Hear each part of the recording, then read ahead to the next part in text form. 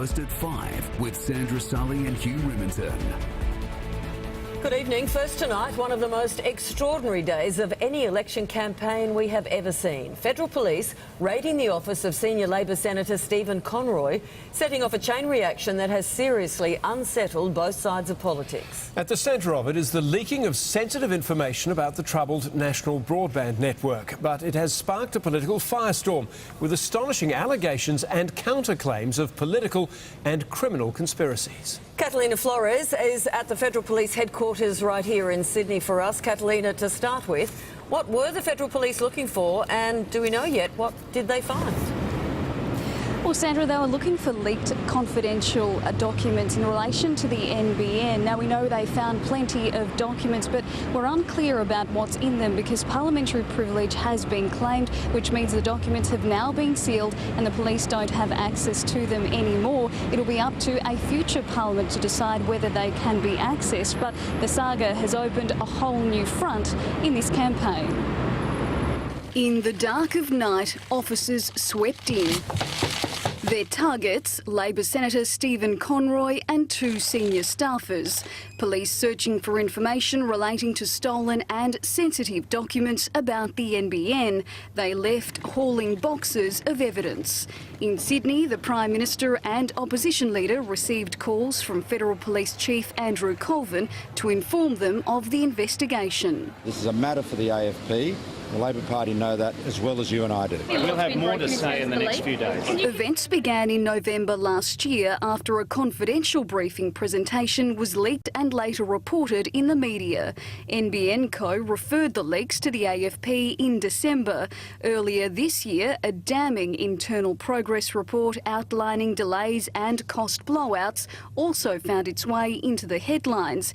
It all led to the Federal Police raids last night. We believe that the offending has been ongoing throughout the conduct of that investigation, and that plays into our mind in terms of the operational strategies that we have to employ. In other words, the timing of the raids in week 2 of the election campaign is to prevent further leaks.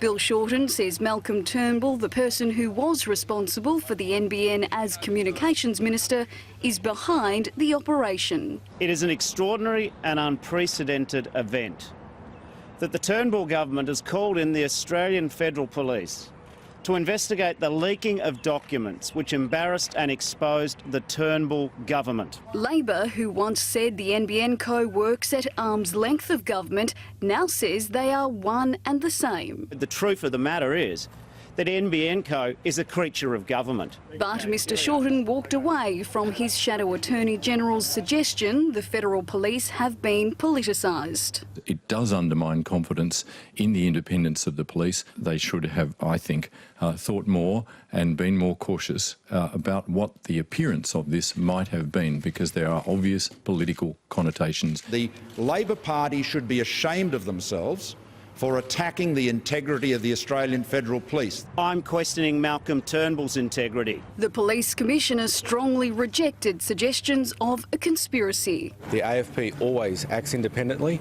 and acts within the law. There has been no influence on the AFP in the conduct of this investigation. Bill Shorten wanted to talk health today. Instead, the raids have overshadowed his message, but it does allow Labor to highlight the problems with the NBN rollout. This is Malcolm Turnbull working very hard to protect his tattered reputation. We inherited a project that was completely and utterly failed. Normally, bad projects get worse. It's unclear which side this benefits at the moment, but with a police investigation ongoing and another 6 weeks left in a bitter election campaign, there's plenty of time to find out.